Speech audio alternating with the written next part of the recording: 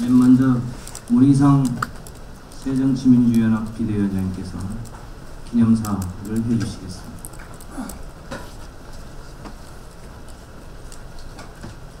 안녕하세요, 문희상입니다.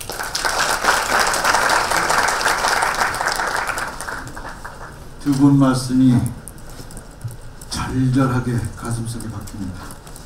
불현듯 노무현 대통령이 생각납니다. 대한민국은 여전히 2014년 4월 16일에 멈춰져 있습니다. 세월호 참사는 우리 사회의 패러다임을 근본적으로 바꿀 것을 요구하고 있지만 아무것도 바뀐 것은 없습니다. 국민들은 단 한 생명도 살리지 못한 무기력한 국가, 무책임한 정부에 대해서 국가란 과연 무엇인가, 정부란 과연 무엇인가를 되묻고 있지만 국가와 정부는 묵묵부답입니다. 세월호 이전과는 완전히 다른 새로운 대한민국을 만들겠다던 대통령의 약속도 이전의 수많은 약속처럼 헛우호에 불과했다는 것이 여실히 증명되고 있습니다. 오히려 세월호 특별법과 관련한 청와대의 일방적인 가이드라인이라는 것의 제시로 정치 실종의 사태를 만들었고 세월호 참사의 해결을 가로막고 있는 실정입니다. 특히 민주정부 10년 동안 우리 국민들이 당연하게 받아들였던 것들이 후퇴하고 사라지고 있어서 너무나 참담한 심정입니다. 박근혜 대통령의 무책임한 태도를 보면서 태안 앞바다 기름 유출 사건 당시 노무현 대통령의 모습이 떠오릅니다.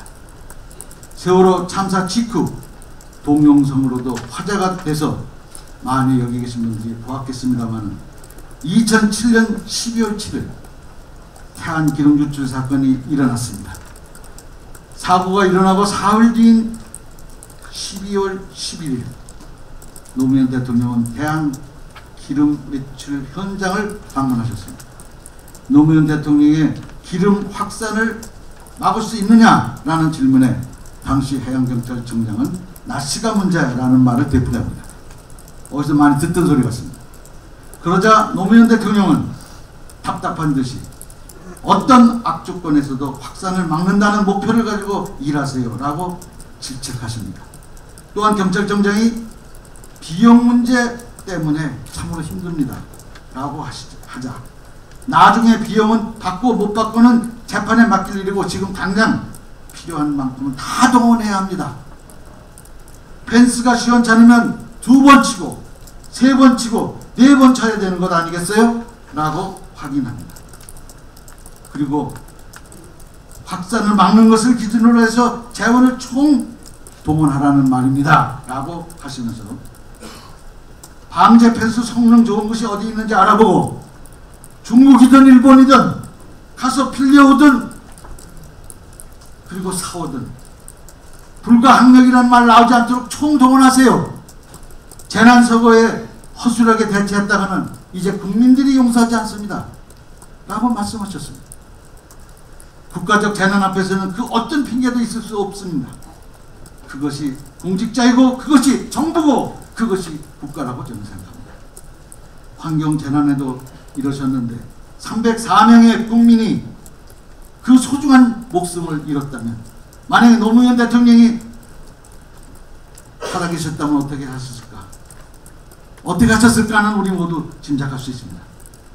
노무현 대통령은 국민이 피해를 막겠다는 절박함에 따른 현실적인 대책을 기름 유출 사흘 만에 담당 공무원에게 촉구했던 것입니다. 국가의 원수가 해야 할 당연한 조치, 국민에 대한 무한 책임을 이제 추억해야 하는 상황이 된 것은 참으로 안타깝습니다. 새정치민주연합의 역할도 잘 알고 있습니다. 새정치민주연합에 쏟아지는 국민적 비판도 잘 읽고 있고 천근만근의 책임감을 느끼면서 비대위원장을 맡았습니다. 비대위원장을 수락하고 나는 강력한 야당이 있어야 여당도 바로 서고 정부도 바로 선다 라는 말을 한 적이 있습니다. 우리 당의 황골 탈퇴를 위해서 방금 말씀하신 이해찬 대표께서 하신 그 말씀대로 혁신 작업에 매진하고 국민과 함께 세월호 문제를 책임있게 풀어나가는 데 있는 힘을 다하겠습니다. 민주정부 10년 집권의 경험으로 김대중 대통령과 노무현 대통령의 뒤를 이어서 사기를 엮어 나가겠습니다. 오늘 심포지엄 개최에 대해서 애써주신 늘 변함없고 존경하는 이정우 미래연구소 이사장님, 그리고 이해찬 노무현재단 이사장님, 그리고 발제와 토론에 참여하신 문재인 전 후보를 비롯한 모든 분 한 분 한 분께 감사와 격려의 말씀 드립니다. 감사합니다.